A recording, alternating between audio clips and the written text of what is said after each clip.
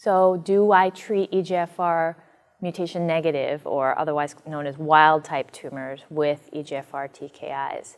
I don't, but the one thing to keep in mind is that potentially the test could be wrong. I mean, every test has an error rate, and especially when you're looking for something and you don't pick it up, it may be just that you missed it. So if the patient doesn't have another driver found, in other words, they don't have ALK, or they don't have ROS, or a MET exon 14 mutation, something that you know is driving the tumor, nothing turns up, but they're a never smoker and you have a high suspicion that they have an EGFR mutation, it may be worth testing again. But if they're really negative for an EGFR mutation, there's little data that they'll benefit from the drug.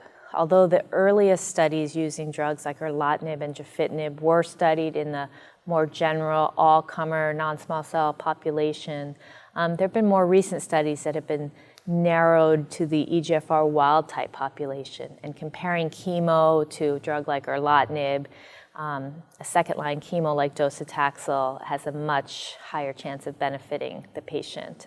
EGFR wild-type patients probably do not derive much benefit at all from EGFR inhibitors. So first-line EGFR therapy tends to help patients and keep their disease under control for approximately 1 to 2 years. There are those rare patients that go out 3, 4, 5 years, but most patients will acquire resistance within 1 to 2 years. And what we've learned as a field from doing lots of biopsies on patients at the time their tumor is growing through is that there are multiple mechanisms of resistance that can come up, but far and away the most common is this point mutation in exon 20 called T790M. T790M is there in about 60% of patients who are resistant to first-line EGFR drugs.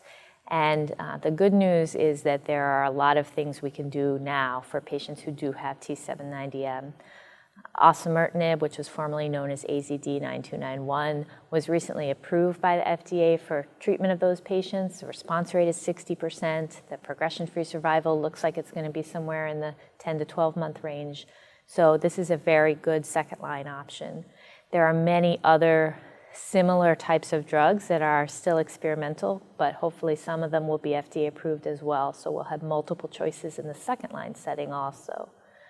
Biopsies, I think, are still helpful when patients do progress on their first-line EGFR drug, because it can help figure out if they should go for a T790 drug or if there's something else driving their resistance.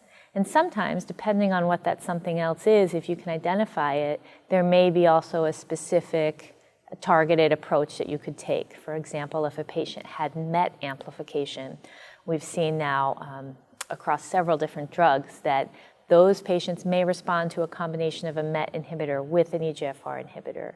And there are other similar niche cases where a targeted approach could be used. I think going forward, one of the big things we'll see is that we'll start to move slowly away from biopsies on these patients to liquid biopsies, blood tests that will be able to look at things like circulating tumor DNA and tell us which is the next appropriate treatment option. But biopsies are still important for research and to understand the biology of what's going on.